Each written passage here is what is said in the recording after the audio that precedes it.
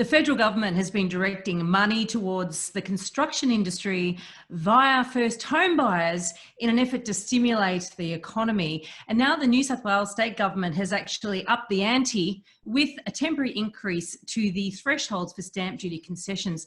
Eliza, what effect do you think that this will have on the property market? I think there will be three main effects for the New South Wales property market. The first is that I would expect first home buyer demand will initially increase, and we've seen that previously around government grants like the first homeowner grant and the boost to that.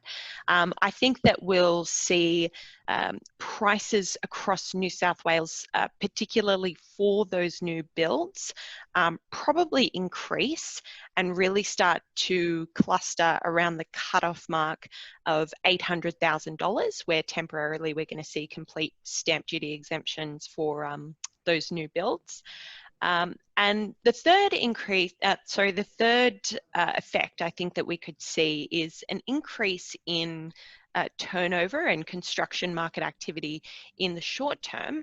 But I think over the long term, we might actually see a bit of a decline in turnover. And I think that that could come from the fact that you're incentivizing first home buyers into larger homes, so they're not having to start small and sort of upgrade later. So I think that in the long term, that could have a bit of a dampening effect on sales. Yeah, that's a really interesting aspect to it there, that what you're saying then, that first home buyers won't necessarily be starting with the starter property. They're more likely to be starting with that, you know, the family home, which is sort of interesting because a lot of first home buyers do get trapped in that starter property because, of course, if they don't get the capital growth that they require, they're unable to sell it and upgrade at a future point. So it's sort of interesting to see how that would play out. I'm interested also in what you said there about prices clustering around about the $800,000 cap. Now, have we seen evidence with the current or the previous cap of $650,000? Have we seen evidence of that happening there? I think there's sufficient evidence to say that sales were clustering just under 650,000 over the past 2 years. The reason being that initially when these stamp duty discounts were introduced, the exemption on stamp duty for first home buyers was up to that $650,000 mark.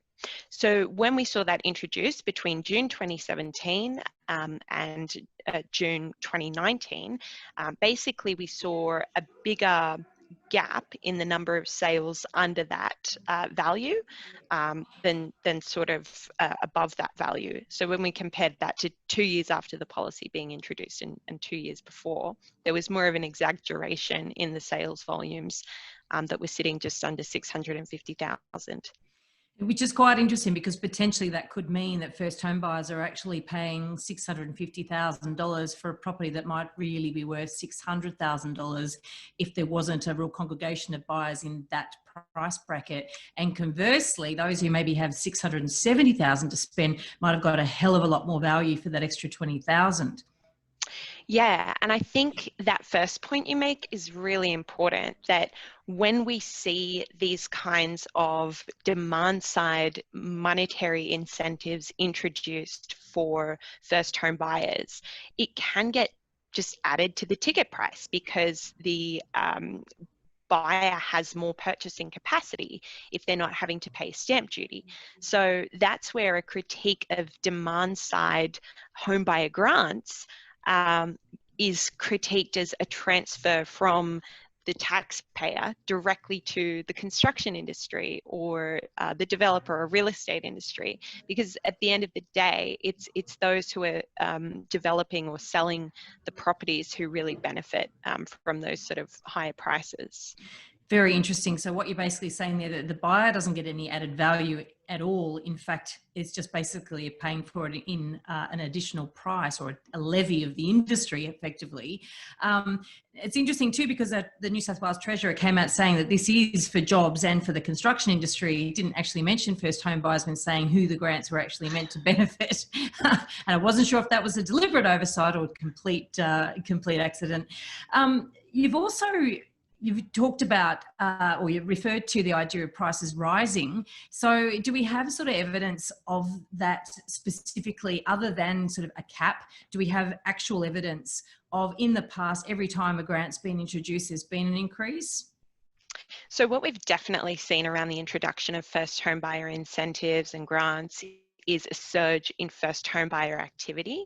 So I suppose there's the idea that you're not just increasing property prices because you've provided a discount or a grant, which adds to the purchasing capacity, but you're also potentially pushing up prices because you're incentivizing all the first home buyers into the market at that one time after the initial introduction.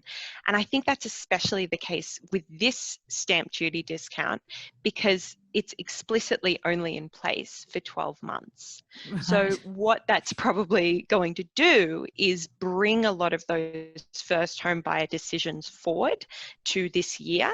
And in that sense, it's benefiting the construction industry because it's saying where we were expecting a paucity of construction or construction to be pretty subdued, here's an incentive that's going to get a lot of first home buyers into the new house and land in a short period of time.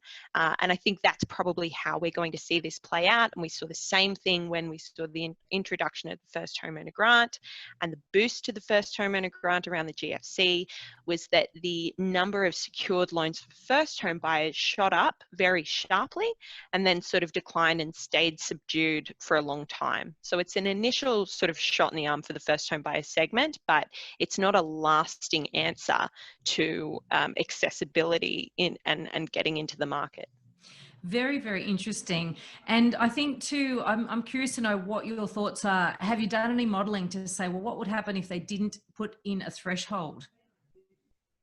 I haven't done any modelling. I mean, it's something that I think if they didn't have a threshold for the concessions, then we would probably see prices more evenly distributed than a kind of bunching at this particular price level. And as you say, that could create more efficiency in terms of a more accurate price for a potentially lower value property, or people spending that little bit extra to get the home that they actually want.